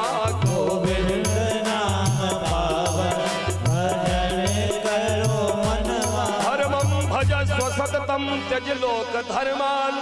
हे पिताजी, सतत धर्मों का पालन करो। शरीर धर्मों का बहुत पालन कर लिया, बहुत खिजाब लगा लिया, बहुत दाढ़ी बना ली, बड़ा सुंदर वाला सेंट लगा लिया, चाहे जितना लगाओ, डब साबुन और चंदन वाला सेंट, लेकिन यहाँ कोई न परमानेंट।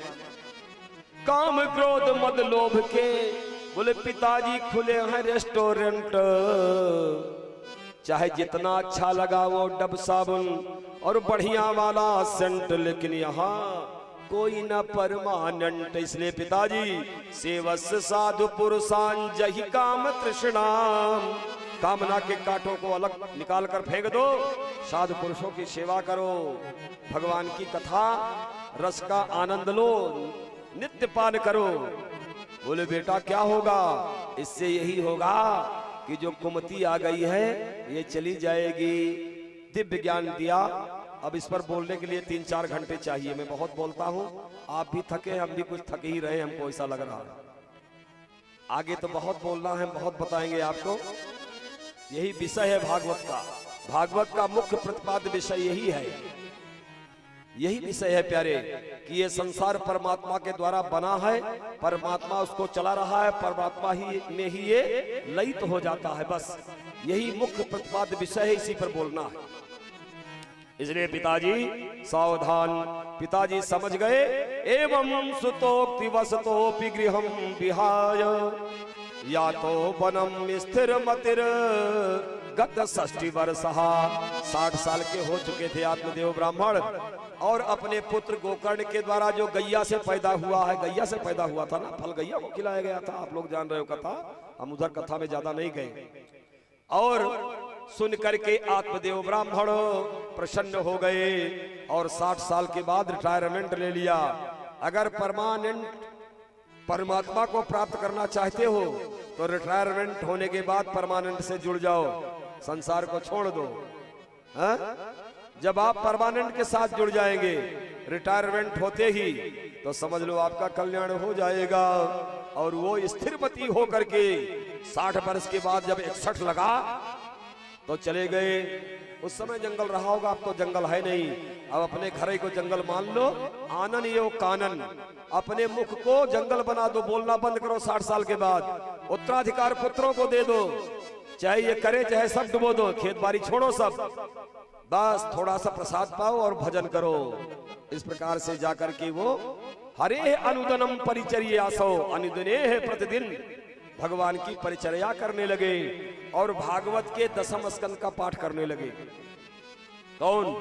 गोकर्ण के पिता आत्मदेव ब्राह्मण सोई मुक्त हो गए। बोलो भागवत भगवान की जय। और इधर गोकर्ण जी भी चले गए तीर्थ करने। घर जब हो गया खाली, जब घर होता है खाली तो घर में उत्पात करने वाले जो होते हैं वो अपना काम और तेज कर देते हैं। बोले अब तो मौज है यार, पिताजी भी चले गए, भैया भी चले गए, अब तो अपनी मौज है, मौज करो। धुंधकारी 5-5 बेस्याओं को अपने घर लाता है और ये 5 बेस्या सबके पास हैं। जब धुंधकारी बनोगे तुम तो ये बेस्या जबरदस्ती तुम्हारा पीछा करेंगी। ये कौन सी बेस्याएं हैं बोलो? ये बेस्या है रस रूपी बेस्या। ए भैया, रस रूपी बेस्या। हमारे सिंह साहब भी बहुत थके हुए, 4 बजे के चले हैं, इनको निदरिया आ रही है, चाय नहीं मिली। व्यवस्था हो तो इनको चाय पिलवा दो एक बार। और निदरिया आ रही है, ये बेस्या सबके पास आ जाती हैं, सावधानी हटी की दुर्घटना घटी। आहा, धुंधकारी मदिरा पान करता है और रस रूपी बेस्या आ गई। रस रूपी बेस्या का मतलब क्या है? जो आपके रस को चूस करके आपको नीरस बना दे। बोलो सच्चिदानंद भगवान की जय। वही है रस रूपी बेस्या। अब कैसे आप अपने रस को खत्म कर देते हैं आप जानो। एक रूप रूपी बेस्या होती है, रूप रूपी बेस्या, रूप रूपी बेस्या, वो रूप बना कर आती है। और रूप रूपी बेस्या क्या है? बोले अपनी पत्नी को छोड़कर दूसरी स्त्री के साथ संबंध बनाना तो बड़ी सुंदरी है, सब उसी को अर्पित कर देना, ये रूप रूपी बेस्या का काम है। रस रूपी बेस्या तुम्हें बर्बाद करती है, रूप रूपी बेस्या आपके जीवन को बर्बाद करती है। रस रूप गंध, गंध रूपी बेस्या। आहा, गंध का मतलब समझ रहे हो? गंध माने महकने वाली चीजें। बहुत सुंदर खुशबू आ रही है। आहा, वाह क्या सुंदर पाउडर लगा रखा है भाई, बहुत महक रहा है। क्या इत्र है? इत्र वाली के पीछे लग गए, महकने वाली के पीछे। उस गंध रूपी बेस्या ने भी जो पाउडर लगा कर आई थी, उसने भी आपको बर्बाद कर दिया। रस रूप गंध शब्द बड़ा मीठा बोलती है। का भाई तिवारी, ओ तिवारी जीजा मजे में रहा, बहुत मीठा बोल रही। तिवारी जीजा लट्टू हो गए, आपको नहीं कह रहा, एक उदाहरण बता रहा हूं। नहीं आपकी कोई हो इस तरह वाली जीजा बोलने वाली तो सब गलत इल्जाम लगे आप। ठीक है जी, एक प्रमाण है। तो रस रूप गंध शब्द रूपी बेस्या शब्दों के जाल में फंसा करके जीवात्मा को बर्बाद कर देती है। रस रूप गंध शब्द और एक स्पर्श रूपी बेस्या होती है, बहुत सुंदर, बहुत मुलायम, बहुत कोमल। जरा सा एक बार कहीं टचिंग हुई बस हो गए दीवाने, धुंधकारी की तरह। ये बेस्याएं हमारे जीवन में भी आ सकती हैं, इसलिए गोकर्ण बनो, हमें धुंधकारी बनना नहीं है। इंद्रियों को उतने साधन दो, उतने सामग्री इनको दो जितने में ये ठीक ठाक रहे। देखना इंद्रियों के, देखना इंद्रियों के, अरे न घोड़े भगे, रात दिन इसमें संयम के कोड़े लगे। अपने रथ को सुमार्ग लगाते चलो, कृष्ण गोविंद गोपाल का। अपने रथ को सुमार्ग लगाते चलो, कृष्ण गोविंद गोपाल का। अपने रथ को सुमार्ग लगाते चलो, कृष्ण गोविंद गोपाल गाते चलो। अपने रथ को सुमार्ग लगाते चलो, कृष्ण गोविंद गोपाल गाते चलो। ये भगने न पावे, लगाम टाइट। अगर लगाम टाइट रहेगी तो जीवन संयमित रहेगा, मौज से जियोगे। और लगाम ढीली किया तो उड़ऊ घुड़ऊ भड़ऊ भगऊ भगू घुड़ घुड़ घुड़ी घुड़ी घुड़ी घुड़ी कुछ समझ में नहीं आएगा। क्योंकि असंयमित जीवन है, असंस्कारित जीवन है, संस्कारहीन जीवन है। भागवत जी इसलिए पधारे हैं कि हमारे जीवन में नई ऊर्जा आए, हम अपने स्वरूप को पहचाने, हम कौन हैं। अरे भाई हम मंगराइज हैं, हम सोहगौरा हैं, हम झुड़ियाँ हैं, हम भेड़ी हैं, हम लोना पार हैं, हम महुलिहार हैं, ये तो सब ठीक है, लेकिन हम कौन हैं उसको तो पहुंचाने सही सही पहले वास्तविक रूप से पहले अपनी पहचान होनी चाहिए। तो सब गांवों के नाम बाद में इसकी पहचान तो हो ही जाएगी, ये तो आप ही है। इससे आपकी श्रेष्ठता नहीं है, श्रेष्ठता आपके कर्मों से है प्यारे। ध्यान रखना, इस पर बहुत बोलना है, बहुत कुछ बोलना है सनातन धर्म के लिए मुझे। इसलिए इस प्रकार से इन बेस्याओं से सावधान। पांचों बेस्या आई भैया धुंधकारी के यहाँ। परिणाम क्या हुआ? खूब मदिरा पिलाया, पिला करके जब मस्त हो गया, बोले भैया ये चोरी करके आया है राजा के यहाँ, कल सब पकड़े जाएंगे, इसलिए तो मार दो। चोरे न रह जाए तो कैसे पकड़ जा पाएंगे बोलो। धुंधकारी को मदिरा पान कराया उन बेस्याओं ने, रस्सियों में बांध करके चारपाई में जलती हुए अंगार लेकर के, और अरे राम राम राम खत्म कर दिया। और उसकी मैया जो धुंधली थी पहले ही मर चुकी थी, कुएं में जाकर गिरी और मर गई। धुंधकारी भी मर गया, बेस्याओं ने गाड़ दिया आंगन में और ऊपर से लीप लाप करके भग गई। जब लौटकर गोकर्ण जी आते हैं, वहां निवास करते हैं, तो अब तो बहुत बड़ा प्रेत हो गया, काल मौत हुई भैया धुंधकारी की। रात में सो रहे थे गोकर्ण जी, सहसा कभी वो हाथी बन जाता है, कभी इंद्र बन जाता है, कभी भेड़ बन जाता है। इस विपरीतता को देख करके गोकर्ण जी परम ज्ञानी विद्वान है, गायत्री के जापक, उन्होंने समझ लिया कि कोई प्रेतात्मा है बोले, और जल लेकर के अभिमंत्रित मर के जो ही उस छाया पर मारी तो बोलने लगा, बोला अहम भ्राता तो दियोस्मि धुंधकारी नामतः स्वकीय नैव दोषेण ब्रह्मत्वम नासितम मया, भैया मैं आपका भाई धुंधकारी हूँ और अपने कर्म का मैं दंड भोग रहा हूँ, मेरा ब्रह्मत्व चला गया, आप मुझे मुक्त करवा दो। अरे गोकर्ण ने कहा, मैंने तो सुना था तुम मर गया, तेरे लिए मैंने बहुत पिंडदान किया, तुम्हारी मुक्ति नहीं हुई। बोले भैया गया श्राद्ध सते ना मैं मुक्ति भविष्यति, मेरी मुक्ति नहीं हो सकती, मैं ऐसा वैसा प्रेत नहीं हूँ। बोले जाओ कल मैं विचार करूंगा। प्रेत वहीं बैठ गया जाकर के, और गोकर्ण जी ने विचार किया। प्रातः काल भगवान सूर्य से प्रार्थना करी, सूर्य के गति रुक गई थोड़ी देर के लिए। सूर्य भगवान ने कहा कि आप भागवत की कथा सुनाइए, आपका भाई मुक्त हो जाएगा। कालांतर में ग्रामीणों ने व्यवस्था किया। गोकर्ण जी स्वयं विद्वान है, व्यासपीठ पर विराजित होकर के आवाहन किया उस प्रेतात्मा का। तो मंडप में एक बांस लगा हुआ था 7 छिद्र का, उसी में आकर वो बैठ गया। एक एक दिन की कथा से एक एक गांठ का भेदन हुआ, वह प्रेत मुक्त हो गया और अंत में दिव्य रूप धारण करके आता है, अपने भैया को प्रणाम करता है और कहता है, भैया धन्या भागवती वार्ता। अब यहाँ से धुंधकारी गीता भी प्रारंभ हो जाती है। मिश्रा जी, गोकर्ण गीता, धुंधकारी गीता, कपिल गीता, कई गीताएं हैं भागवत के अंदर। धुंधकारी वही प्रेत आज मुक्त होकर के अपने भाई को शिक्षा दे रहा है, बता रहा है कि भैया धन्या भागवती वार्ता प्रेत पीड़ा विनाशिनी सप्ताहोपि तथा धन्यः कृष्ण लोक फल प्रदः। ये सप्ताह ज्ञान यज्ञ धन्य है जो हम जैसे प्रेतों को मुक्त कर दिया। जब इतना बड़ा प्रेत मुक्त हो गया तो ये छोटे मोटे प्रेत क्यों नहीं मुक्त हो जाएंगे? इसलिए आपके सारे पितर मुक्त हो गए। बोलो सच्चिदानंद भगवान की जय। ग्रामीण लोग भी कथा सुन रहे थे। जब धुंधकारी के लिए विमान आया तो ग्रामीणों ने कहा, भाई हम भी चलेंगे, हम भी तो कथा सुने हैं। तो भगवान के दासों ने कहा विमान चालकों ने, बोले सुना तो है आप लोगों ने, लेकिन श्रवणस्य विभेदेन फल भेदेत्र संसिता।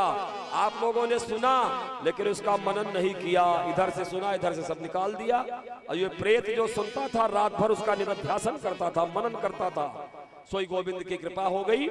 ग्रामीणों ने कहा नहीं हम भी सुनेंगे भैया। अगले श्रावण मास में पुनः श्रवांते सर्वेशाम वैकुंठे वस्त्र ध्रुवम। श्रावण मास में उन्होंने कथा सुनी और सब वैकुंठ लोक में जितने ग्रामीण थे सदेह, देह नहीं छूटा, उतने विमान आ गए जितने लोग, एक एक विमान सबको मिला, हवाई जहाज। तो अयोध्यावासिन पूर्वम यथा रामेण संगताः तथा कृष्णेन ते नीता गोलोकम योगी दुर्लभम। जैसे अयोध्यावासी भगवान राम के साथ विमानारूढ़ होकर के और चले गए थे साकेत धाम, ऐसे मेरे भैया गोकर्ण जी के गांव वाले सब चले गए। बोलो भागवत भगवान की जय। अब थोड़ा सा निवेदन 5 मिनट का और होगा। आचार्य लोग आरती की व्यवस्था करें। और सज्जनों, कुमारों ने बताया नारद जी को और इधर सूत जी शौनकादिक ऋषियों को बता रहे हैं ये कथा कब सुननी चाहिए। बोले दीनानाम नियमनो नास्ति सर्वथा श्रवणम मतम।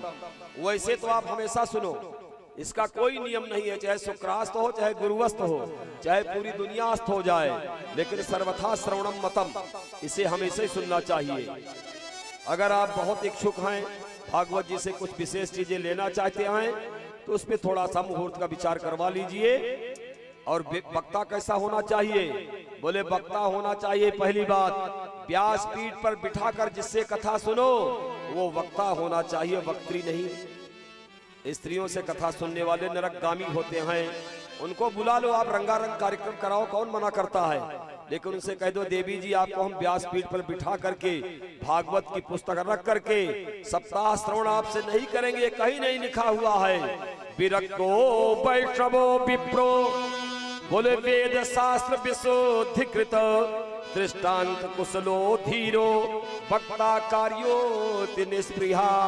लेकिन हम देखते हैं कि और लोग सुने तो सुनो स्त्रियों से मिश्रा जी, लेकिन मास्टर लोग और जिनके भाई शास्त्री हो बड़े पुराने सलाह देने वाले, वो लोग सुन ले स्त्री बुला करके, क्या कहूं उनको मैं, अपना नाश करवाते हैं और पतन हो जाता है। बोलो सच्चिदानंद भगवान की जय। वक्ता कहना कैसा होना चाहिए, बोले ब्राह्मण, ब्राह्मण हो, विरक्त हो। विरक्त का मतलब साधु से नहीं है यहाँ, विरक्त का मतलब अलोलुप, जो कष्ट को सह करके भी कार्य करता रहे, ऐसा वक्ता होना चाहिए। इसका मतलब नहीं उसको कष्ट देना चाहिए, कष्ट सहने की जिसके अंदर क्षमता हो।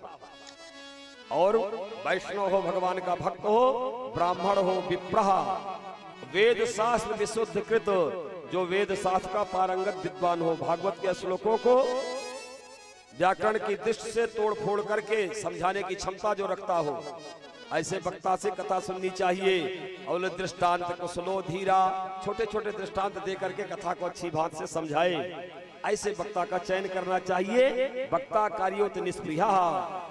और जहां अपात्रों का सम्मान हो रहा हो वहां तो नाश होना ही होना है। मिश्रा जी बोले अपूज्या यत्र पूज्यन्ते, जिसका पूजन ना करना चाहिए। ध्यान से सुनना, गीत भजन भी आपको सुनने को मिलेगा, ऐसा नहीं आप बात मन लेना कि ऐसे बेकार बैठे हुए। आज पहला दिन है, हमको देर हो गई है, मामा हमारे कथा के साथ गीत सब जुड़े हुए हैं और कल से क्रमबद्ध आपको सुनने के लिए मिलेंगे भी। बोले अपूज्या यत्र पूज्यन्ते पूज्यानां च व्यतिक्रमः, अरे तीर्ण तत्र भविष्यन्ति दुर्भिक्षम मरणम भयम। आप समझ गए होंगे, लेकिन इनको समझाना पड़ेगा। त्रिपाठी जी, जहां अपूज्य का पूजन होता है, जैसे व्यासपीठ पर स्त्री को नहीं बैठना चाहिए, अब आप नहीं भाई, देवी जी आ गई है, देवी जी को मुकुट भी लगा दिए। अब कोई माता पहुंची, बोले तुका थोड़ा पहराव चाहिए मलवा, लवा हम ही पहरा जी, स्त्री जाती आए। अब का माता जी माला पहरा होती है, क्योंकि बड़ा सुंदर गाती है ना, बड़ा सुंदर स्वर है। अपूज्या यत्र पूज्यन्ते, जहां उनकी पूजा होनी चाहिए, स्त्री की पूजा घर के अंदर होती है, स्त्री की पूजा मंच के ऊपर नहीं होती। अगर वो प्रमाण दे दे तो कथा वाचना बंद कर दूंगा। बोलो सच्चिदानंद भगवान की जय। कोई भी कुमारी हो, कोई भी देवी हो, चैलेंज के साथ मैं अपने वीडियो में कहता हूं। कई बार हेमलता शास्त्री के कमेंट मेरे वीडियो पर आया, बड़ी ऊंची आवाज में आप बोलते हो। हमने कमेंट किया था कि तुम्हारे पास किसी धर्मशास्त्र का प्रमाण हो तो आकर बता दो। कैसे व्यासपीठ पर बैठकर कथा सुनाती हो, भागवत के सामने कथा मत बोलो, ऐसे बोलना हो तो बोलो। बोलो सच्चिदानंद भगवान की जय। बोले अपूज्या यत्र पूज्यन्ते, जहां ऐसे अपूज्य का पूजन होता है वहां पूजन का व्यतिक्रम होता है, और तीन उसके परिणाम आते हैं जीवन में। त्रीण तत्र भविष्यन्ति, क्या तीन? बोले दुर्भिक्षम मरणम भयम, वहां दुर्भिक्ष होता है, वहां अकाल मौत होती है, वहां भय उत्पन्न होता है। अगर आप अयोग्य वक्ता को लाकर व्यासपीठ पर बिठा दिए, बोलिए सच्चिदानंद भगवान की जय। इस प्रकार से वक्ता का लक्षण बताया। भागवत की कथा में 5 ब्राह्मणों का वर्ण करना चाहिए, भी नियम है। सूर्योदय काल से लेकर सूर्यास्त काल के पहले ही कथा का विश्राम हो जाना चाहिए। आदि आदि विवाह में जितना धन लगता है, त्रिपाठी जी, एक बेटी बेटा के ब्याह में जितना धन लगता है उतना धन भागवत में लगता है। अब आप अपनी शक्ति के अनुसार वो उतने खर्च करो, उससे कम ज्यादा नहीं होना चाहिए। बस इतने धन लगता है, इससे ज्यादा क्षमता 2-3 लाख की है तो 2-3 लाख खर्च कर दो। बेटी बेटा के ब्याह में 10-15 लाख खर्च करने की क्षमता है तो उतना भागवत जी में खर्च करो, इतने धन लगा। इस प्रकार से दिव्य महात्म की चर्चा ऋषियों मनीषियों ने किया।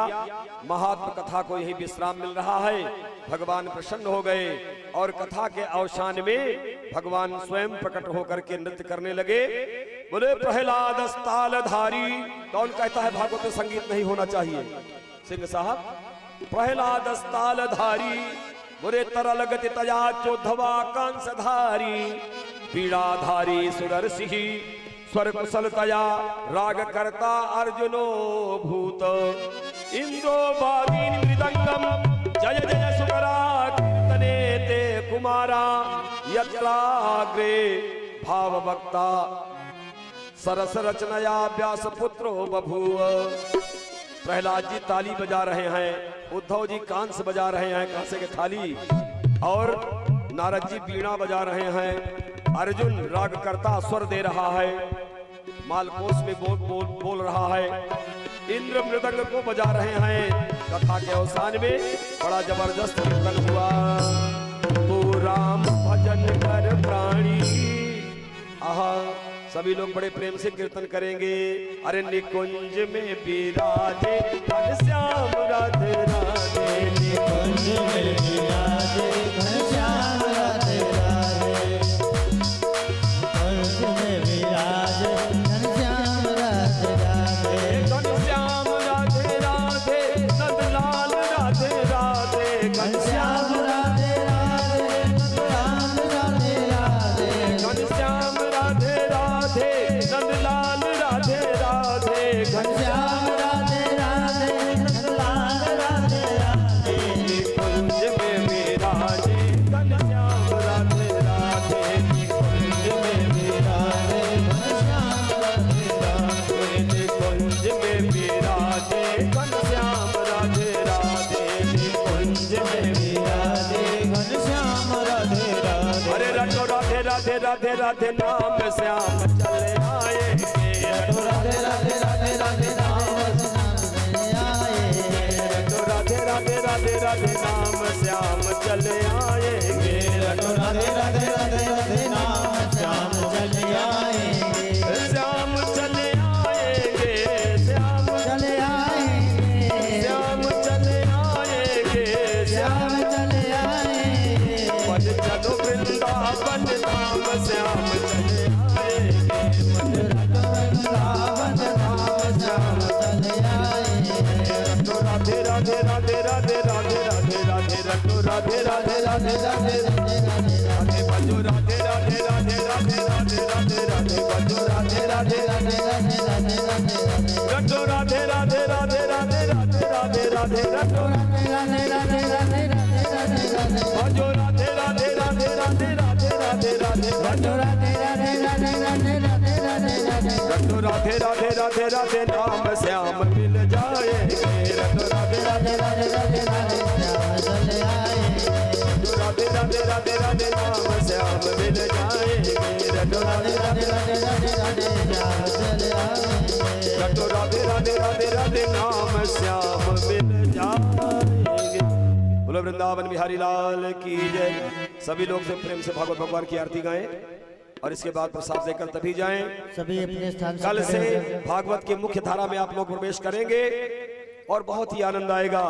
इसलिए YouTube चैनल के माध्यम से और अन्य प्रसार प्रचार के माध्यम से आप सब सूचित हैं, जान रहे हैं। अधिकाधिक संख्या में पधारें और भागवत कथा श्रवण का दिव्य आनंद प्राप्त करें। जय श्री राधे, जय श्री श्याम।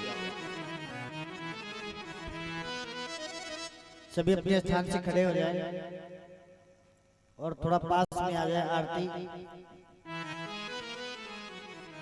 सभी आरती में सम्मिलित हो जाए। मैं थोड़ा बैलून बढ़ा देना कहा। जयंती मंगला काली भद्रकाली कपालिनी दुर्गा क्षमा शिवा धात्री स्वाहा स्वधा नमोस्तुते। हरिः ओं माईदग्गुं हविः व्रजानानां मे असुदशो वीरग्गुं सर्वगणग्गुं स्वस्ताये आत्मा शनि प्रजा शनि पशु शनि लोक शन्य भय शनि अग्निः प्रजां बहुलां मे करोत वह्नां भयो रेतो अस्माशु धत्त। श्री भागवत भगवान की है आरती। पापियों को पाप से है तारती। भागवत भगवान की है आरती। पापियों को पाप से है तारती। ये अमर ग्रंथ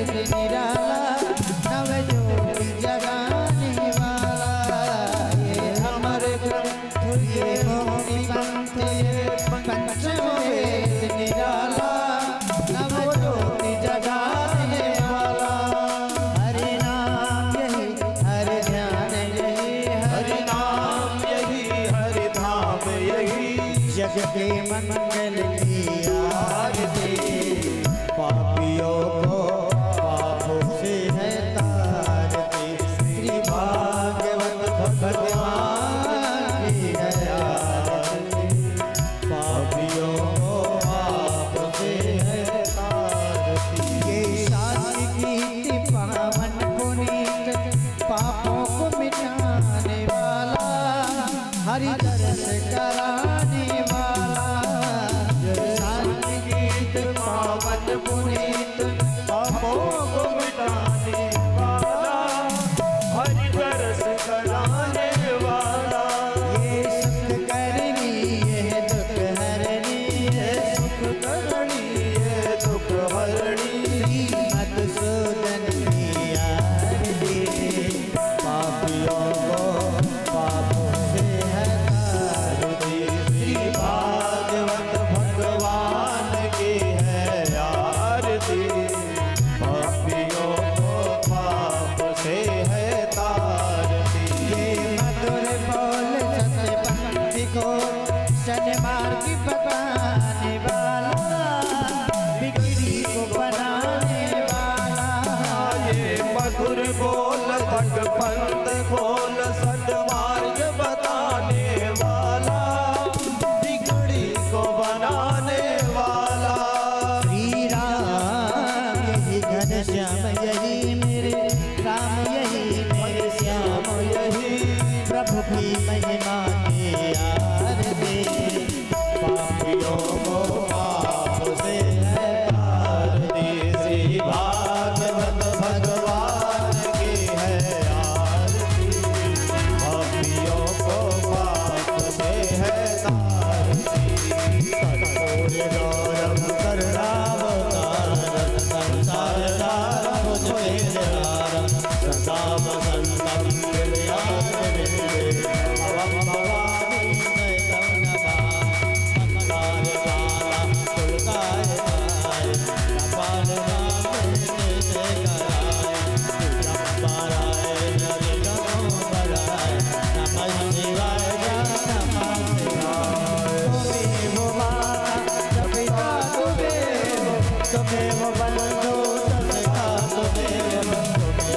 विद्या द्रविणं तुमेव सर्वं ममेव देव केशवं रामनारायणं कृष्णदामोदरं वासुदेवं श्रीराम माधवं गोविन्दं वल्लभं वाल्मीकिनायकं रामं सभी ताली बजा जाइए मस्ती के साथ हरे राम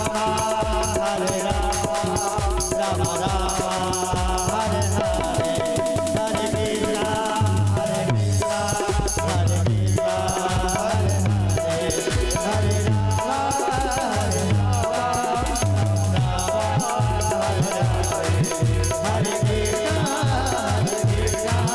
हरे कृष्णा हरे हरे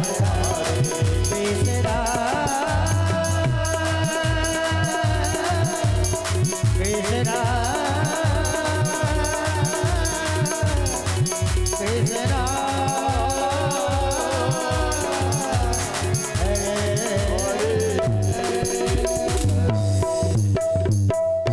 पुरुषोत्तमाय नमः आराधिक्यं समर्पयामि शुभं भवतु कल्याणम् आरोग्यं सुखसम्पदां नित्यं बुद्धिप्रकाशाय दीपज्योतिः नमोऽस्तु ते मन्त्रपुष्पाञ्जलिः हरिः ॐ माजिनेन जिनमयजन्त देवासा निधर्माणि प्रथमान्यासन्नादेहनाकम्